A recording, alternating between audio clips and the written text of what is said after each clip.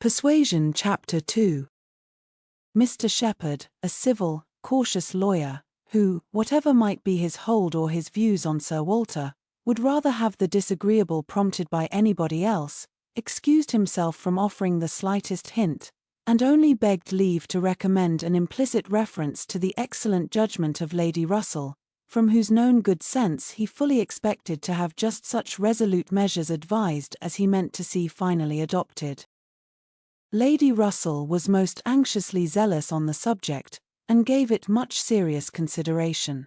She was a woman rather of sound than of quick abilities, whose difficulties in coming to any decision in this instance were great, from the opposition of two leading principles.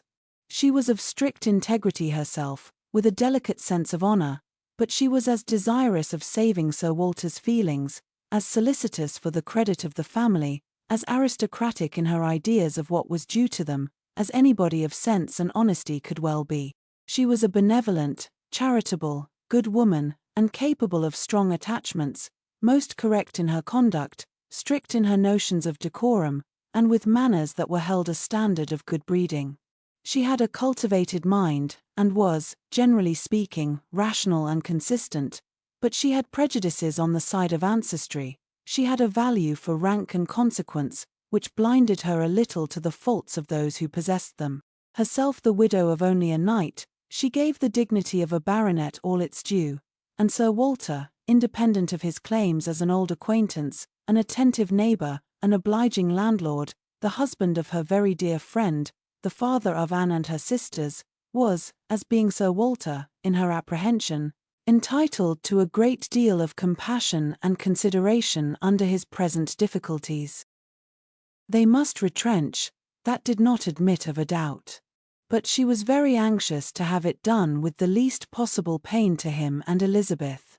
She drew up plans of economy, she made exact calculations, and she did what nobody else thought of doing. She consulted Anne, who never seemed considered by the others as having any interest in the question. She consulted, and in a degree was influenced by her in marking out the scheme of retrenchment which was at last submitted to Sir Walter. Every emendation of Anne's had been on the side of honesty against importance. She wanted more vigorous measures, a more complete reformation, a quicker release from debt, a much higher tone of indifference for everything but justice and equity. "If we can persuade your father to all this," said Lady Russell, looking over her paper, "much may be done. If he will adopt these regulations, in 7 years he will be clear, and I hope we may be able to convince him and Elizabeth that Kellynch Hall has a respectability in itself which cannot be affected by these reductions, and that the true dignity of Sir Walter Elliot will be very far from lessened in the eyes of sensible people, by acting like a man of principle. What will he be doing, in fact, but what very many of our first families have done, or ought to do? There will be nothing singular in his case, and it is singularity which often makes the worst part of our suffering, as it always does of our conduct. I have great hope of prevailing. We must be serious and decided, for after all, the person who has contracted debts must pay them, and though a great deal is due to the feelings of the gentleman, and the head of a house, like your father, there is still more due to the character of an honest man." This was the principle on which Anne wanted her father to be proceeding, his friends to be urging him. She considered it as an act of indispensable duty to clear away the claims of creditors with all the expedition which the most comprehensive retrenchments could secure, and saw no dignity in anything short of it. She wanted it to be prescribed, and felt as a duty. She rated Lady Russell's influence highly, and as to the severe degree of self-denial which her own conscience prompted, she believed there might be little more difficulty in persuading them to a complete, than to half a reformation. Her knowledge of her father and Elizabeth inclined her to think that the sacrifice of one pair of horses would be hardly less painful than of both, and so on, through the whole list of Lady Russell's too gentle reductions. How Anne's more rigid requisitions might have been taken is of little consequence. Lady Russell's had no success at all, could not be put up with, were not to be borne. What? Every comfort of life knocked off. Journeys, London, servants, horses, table air contractions and restrictions everywhere. To live no longer with the decencies even of a private gentleman. No, he would sooner quit Kellynch Hall at once, than remain in it on such disgraceful terms. Quit Kellynch Hall. The hint was immediately taken up by Mr. Shepherd, whose interest was involved in the reality of Sir Walter's retrenching, and who was perfectly persuaded that nothing would be done without a change of abode. Since the idea had been started in the very quarter which ought to dictate, he had no scruple, he said, in confessing his judgment to be entirely on that side.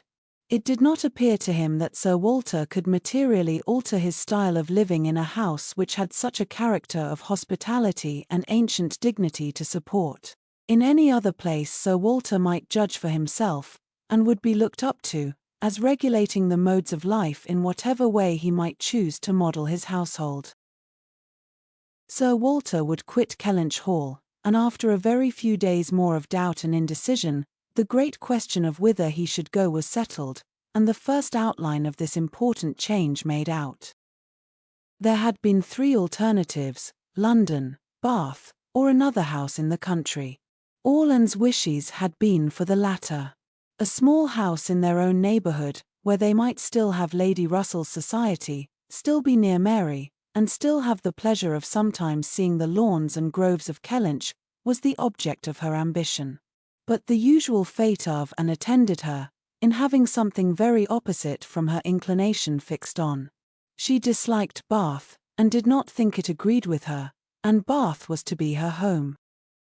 Sir Walter had at first thought more of London, but Mr. Shepherd felt that he could not be trusted in London, and had been skilful enough to dissuade him from it, and make Bath preferred. It was a much safer place for a gentleman in his predicament.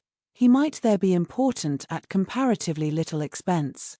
2 material advantages of Bath over London had of course been given all their weight: its more convenient distance from Kellynch, only 50 miles, and Lady Russell's spending some part of every winter there, and to the very great satisfaction of Lady Russell, whose first views on the projected change had been for Bath, Sir Walter and Elizabeth were induced to believe that they should lose neither consequence nor enjoyment by settling there.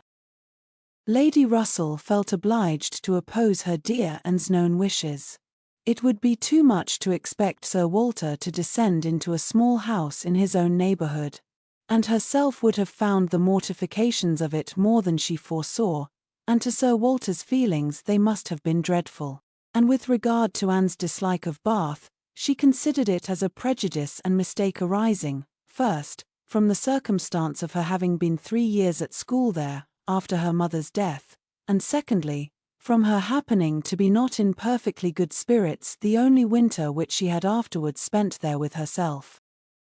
Lady Russell was fond of Bath, in short, and disposed to think it must suit them all, and as to her young friend's health, by passing all the warm months with her at Kellynch Lodge, every danger would be avoided, and it was in fact a change which must do both health and spirits good. And had been too little from home, too little seen. Her spirits were not high. A larger society would improve them. She wanted her to be more known. The undesirableness of any other house in the same neighbourhood for Sir Walter was certainly much strengthened by one part, and a very material part of the scheme, which had been happily engrafted on the beginning. He was not only to quit his home, but to see it in the hands of others, a trial of fortitude, which stronger heads than Sir Walter's have found too much. Kellynch Hall was to be let. This, however, was a profound secret, not to be breathed beyond their own circle. Sir Walter could not have borne the degradation of being known to design letting his house. Mr. Shepherd had once mentioned the word advertise, but never dared approach it again. Sir Walter spurned the idea of its being offered in any manner, forbade the slightest hint being dropped of his having such an intention, and it was only on the supposition of his being spontaneously solicited by some most unexceptionable applicant, on his own terms, and as a great favour, that he would let it at all. How quick come the reasons for approving what we like! Lady Russell had another excellent one at hand, for being extremely glad that Sir Walter and his family were to remove from the country. Elizabeth had been lately forming an intimacy, which she wished to see interrupted. It was with the daughter of Mr. Shepherd, who had returned, after an unprosperous marriage, to her father's house, with the additional burden of 2 children. She was a clever young woman, who understood the art of pleasing, at least, at Kellynch Hall, and who had made herself so acceptable to Miss Elliot, as to have been already staying there more than once, in spite of all that Lady Russell, who thought it a friendship quite out of place, could hint of caution and reserve. Lady Russell, indeed, had scarcely any influence with Elizabeth, and seemed to love her, rather because she would love her, than because Elizabeth deserved it. She had never received from her more than outward attention, nothing beyond the observances of complaisance, had never succeeded in any point which she wanted to carry, against previous inclination. She had been repeatedly very earnest in trying to get and included in the visit to London, sensibly open to all the injustice and all the discredit of the selfish arrangements which shut her out, and on many lesser occasions had endeavored to give Elizabeth the advantage of her own better judgment and experience, but always in vain. Elizabeth would go her own way, and never had she pursued it in more decided opposition to Lady Russell than in this selection of Mrs. Clay, turning from the society of so deserving a sister, to bestow her affection and confidence on one who ought to have been nothing to her but the object of distant civility. From situation, Mrs. Clay was, in Lady Russell's estimate, a very unequal, and in her character she believed a very dangerous companion, and a removal that would leave Mrs. Clay behind, and bring a choice of more suitable intimates within Miss Elliot's reach, was therefore an object of first-rate importance.